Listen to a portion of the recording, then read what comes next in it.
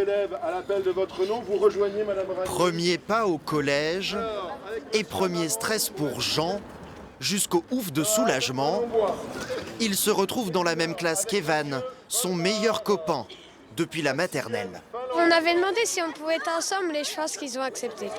Des élèves de 6e qui vont devoir se plier aux règles du collège, dont celle de l'interdiction de l'utilisation de leur téléphone dans l'établissement. Qu'est-ce que tu vas faire de ton portable pendant les cours? Le mettre en silencieux dans mon sac.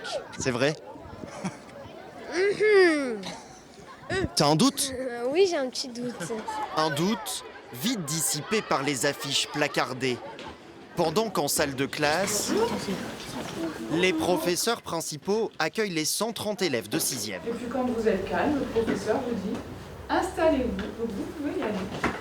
Un temps d'échange est organisé avec les parents. Au cœur des discussions, portable en pause, le nouveau dispositif de cette rentrée. Depuis 2018, l'usage du téléphone portable est interdit dans les établissements scolaires. Il y a cette idée de renforcer cette disposition. Le concept, ne plus voir un seul téléphone portable dans l'enceinte du collège. Le principal nous explique sa méthode. On n'a pas fait le choix de mettre en place des casiers ou des pochettes qui sont ou très onéreuses ou difficiles à mettre en place parce que chronophages. On part d'un principe de coéducatif et pédagogique.